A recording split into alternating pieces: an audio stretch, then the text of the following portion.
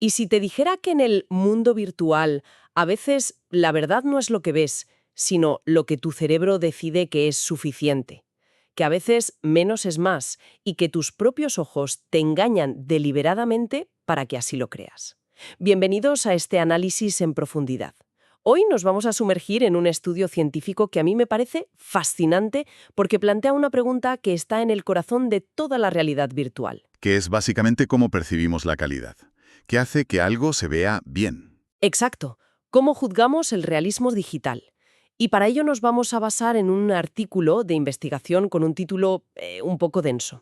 Evaluación de la calidad del escaneo 3D en realidad virtual mediante una prueba de psicolfísica de comparaciones pareadas. Un título académico, vamos. Totalmente. Pero la idea es muy potente. Quieren encontrar una forma de medir con números, de forma objetiva, qué nos parece de buena calidad y qué no. Y lo que buscan en el fondo, y esto es lo interesante, es la eficiencia.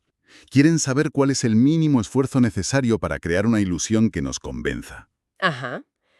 Y a mí eso, no sé, me suena un poco a que buscan un atajo, como una forma de darnos menos por más. De optimizar, sí, pero quizá a costa de la fidelidad real. Pero ¿es a costa de la fidelidad o es simplemente ser inteligente? Piénsalo de otra manera. ¿Para qué vas a gastar una cantidad de recursos computacionales brutal en renderizar un detalle que el sistema perceptivo humano es incapaz de notar? Bueno, visto así, no es un engaño, llámalo neurooptimización. Es adaptar la tecnología a cómo funciona de verdad nuestro cerebro, no a una idea matemática de lo que es la perfección. ¿Neurooptimización? Me gusta el término, la verdad, pero sigo un poco escéptica. A ver si me convences. Antes de meternos en el experimento, creo que hay que poner el problema sobre la mesa. Por supuesto. El gran cuello de botella de la realidad virtual desde siempre ha sido la creación de contenido. Modelar un objeto 3D a mano es un proceso lentísimo, muy caro y requiere una habilidad artística que, vamos, no tiene todo el mundo. Es una barrera de entrada enorme, claro. Y ahí es donde la tecnología de los escáneres 3D de consumo parecía que iba a ser la revolución. Parecía, sí. La idea de poder coger un objeto de tu casa, escanearlo en unos minutos y tener una réplica digital perfecta, eso sonaba a la democratización total de la creación de mundos virtuales. Cualquiera podría llenar su espacio virtual con sus cosas, ¿no? Pero la realidad, como siempre, es más compleja. Cualquiera que haya usado uno de estos escáneres sabe que el resultado inicial suele ser un caos de datos, para ser preciso. Un escaneo 3D en bruto puede tener millones y millones de polígonos. Es una cantidad de información geométrica tan bestial que es imposible procesarla en tiempo real en una aplicación de RV. Sobre todo en un dispositivo autónomo, unas Quest o similar. Imposible. El sistema se colapsaría.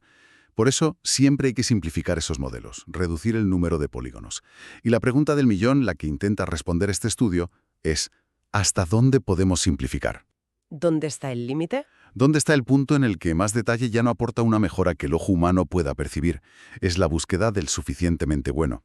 Y para encontrar ese punto, que es lo interesante, usan un método que viene de la psicofísica. Se llama comparación por pares. Que suene muy técnico, pero la idea es muy simple. Sí, a la gente se le muestran dos versiones del mismo objeto, una al lado de la otra con calidades diferentes, y se les obliga a elegir cuál de las dos tiene mayor calidad.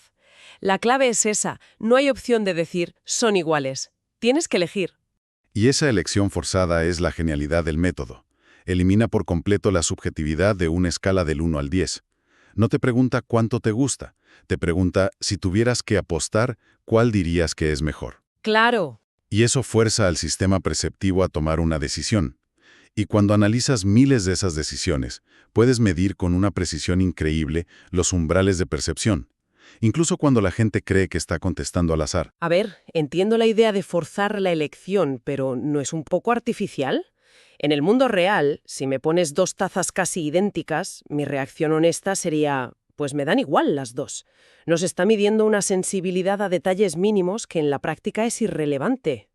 Es una objeción válida, pero el objetivo aquí no es replicar una decisión de compra en una tienda. El objetivo es encontrar el límite exacto de la percepción. Quieren saber en qué punto tu cerebro, incluso a nivel subconsciente, deja de detectar una diferencia. ¿Vale? Si en una elección forzada la gente acierta el 50% de las veces, eso significa que están adivinando. Y eso, para un desarrollador, es un dato de oro. Significa que esos dos objetos son, perceptualmente, idénticos. Vale, acepto la premisa del método, de momento. El objeto que usaron para el estudio es, irónicamente, un prototipo de las propias gafas Oculus. Lo escanearon y crearon 4 versiones con distinto nivel de detalle. Medido en triángulos, que son como los ladrillos de un modelo 3D. Eso es, crearon versiones de 1000, 5000, 10.000 y 20.000 triángulos. El de 1000, la verdad, se ve bastante tosco, muy anguloso, como de un videojuego antiguo. Sí, ese canta mucho. Pero si miras los de 5000, 10.000 y 20.000, yo a simple vista te diría que son prácticamente idénticos. Me da la sensación de que la gente va a contestar al azar en esas comparaciones. Y aquí, si me permites, es donde quiero introducir mi principal objeción a todo el estudio, que va más allá del método en sí. Adelante. Concepto súper abstracto. ¿Qué significa calidad para cada persona? El estudio no lo define. Claro, calidad es que se parezca más al real, que sea más suave. Exacto. Están juzgando la fidelidad geométrica, la suavidad de las curvas, que no haya fallos visuales. Mi hipótesis es que la gente no juzga una calidad general, sino que se fija en un único aspecto. Probablemente la suavidad de los bordes. La ausencia de dientes de sierra. Justo. Y si eso es cierto, no estamos midiendo algo tan grandioso como la percepción de la calidad, sino algo mucho más específico.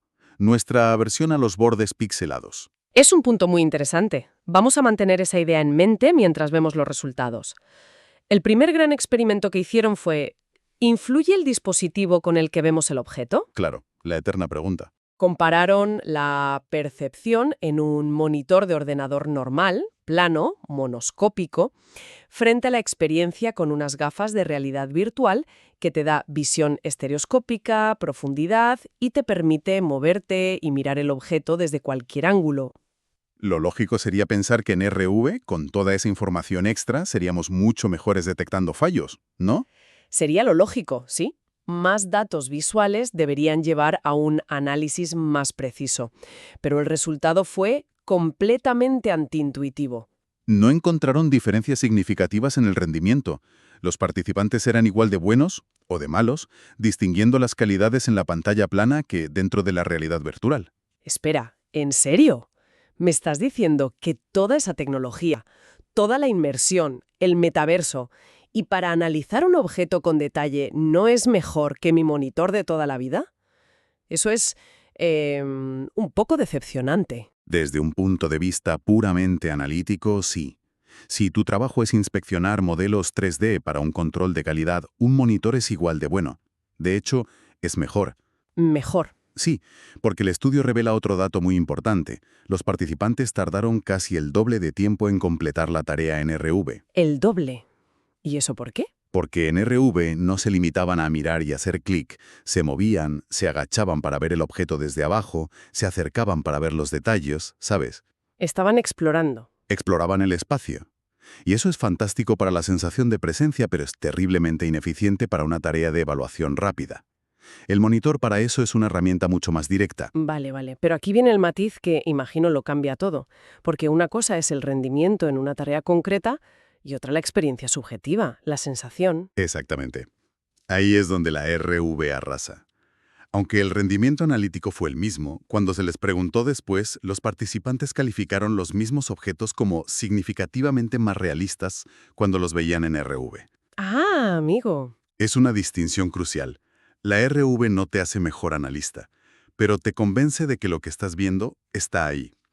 El realismo no venía del número de polígonos, venía de la sensación de presencia, de la estereoscopía, de poder inclinar la cabeza y que el objeto reaccione como lo haría en el mundo real. Es como la diferencia entre ver una foto increíblemente detallada de una escultura en un libro y estar en el museo, de pie, delante de ella. Es la analogía perfecta.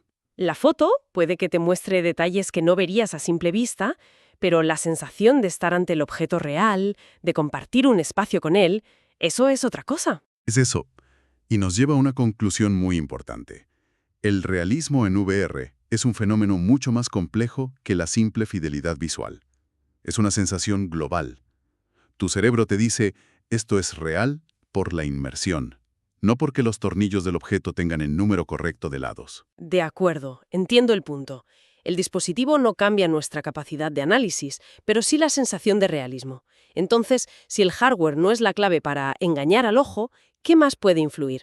¿Hay algún truco de software que sí funcione? Y aquí es donde el estudio da un vuelco y nos trae el hallazgo más potente de todos.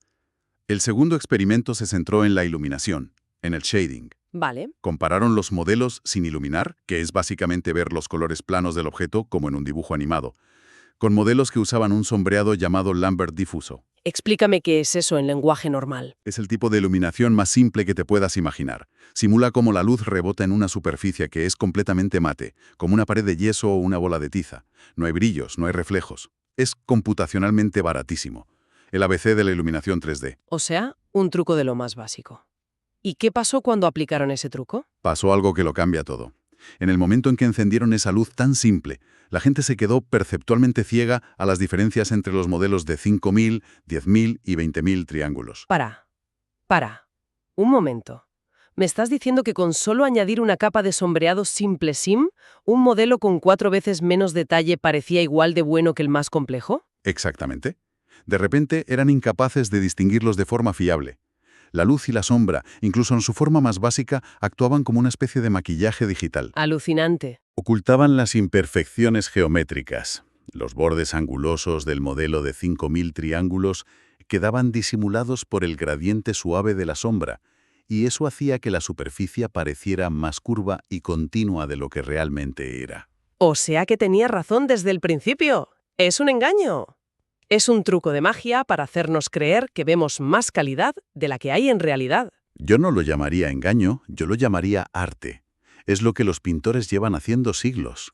Un maestro del Renacimiento usaba el claroscuro, la luz y la sombra para crear la ilusión de volumen y textura en un lienzo plano. Bueno, visto así. No engañaba al espectador, guiaba su percepción. Esto es el mismo principio, pero en un medio digital. Estamos explotando una característica de nuestro sistema visual. Nuestro cerebro prioriza la información de la iluminación sobre la de la geometría pura. Visto así, tiene todo el sentido. Y para una desarrolladora, esto es una noticia fantástica. ¿Es una revelación? Significa que toda esa carrera por el fotorrealismo, a base de fuerza bruta, de añadir más y más polígonos, podría estar equivocada. Quizás la clave no está en la geometría, sino en la psicología de la percepción. Has dado en el clavo. Este hallazgo demuestra que una buena iluminación puede compensar una geometría deficiente. Para un desarrollador de RV, esto significa que puede usar el modelo de 5.000 triángulos, que consume muchísimos menos recursos. Y que es más fácil de mover. Exacto. Le aplica un sombreado básico que apenas tiene coste computacional, y la gran mayoría de la gente lo percibirá con una calidad similar a la de un modelo 4 veces más pesado. El ahorro de recursos es gigantesco, y es la diferencia entre una experiencia que va a tirones y una que es perfectamente fluida. Y esto nos lleva de vuelta a tu crítica inicial sobre la palabra calidad. Exacto. Esto lo demuestra empíricamente. Cuando los objetos no tenían iluminación, los participantes sí podían distinguir las diferencias geométricas aunque fueran sutiles. Su definición de calidad en ese contexto era probablemente suavidad geométrica. ¿Tenía sentido? Pero en cuanto se añadió la iluminación, la luz creó una ilusión de suavidad que enmascaró la geometría real. En ese momento, el cerebro de los participantes se equiparó bien iluminado con alta calidad, y la geometría de debajo se volvió irrelevante. No estaban midiendo la calidad del modelo, estaban midiendo la calidad de la ilusión. Es fascinante. Y creo que había otro detalle sorprendente en los resultados sobre quién era más susceptible a este engaño, por así llamarlo. Sí, y es una paradoja psicológica maravillosa. El estudio revela que este efecto de enmascaramiento de la luz era especialmente fuerte en los participantes que se declaraban más seguros de sus decisiones. No puede ser. Sí, o sea, los que tenían más confianza en su propia capacidad para distinguir la calidad eran en realidad los más fáciles de engañar por este simple truco. Su confianza les creaba un punto ciego. ¡Wow! Los más confiados son los que tienen el sesgo más grande. Eso da para una reflexión sobre la vida en general, ¿eh? Desde luego. Vale, creo que es un buen momento para recapitular y juntar todas las piezas de este puzzle perceptivo. De acuerdo. Si lo miramos desde una perspectiva más crítica o filosófica, la primera conclusión es que la calidad visual no es un número absoluto que puedas medir contando polígonos. Es un concepto contextual, resbaladizo. Ya. Depende de la iluminación, del dispositivo en el que lo ves y de la tarea que estés realizando en ese momento. Y yo, desde un punto de vista más práctico, me quedo con que la iluminación es la herramienta de optimización definitiva. Es el 80-20 de los gráficos 3D.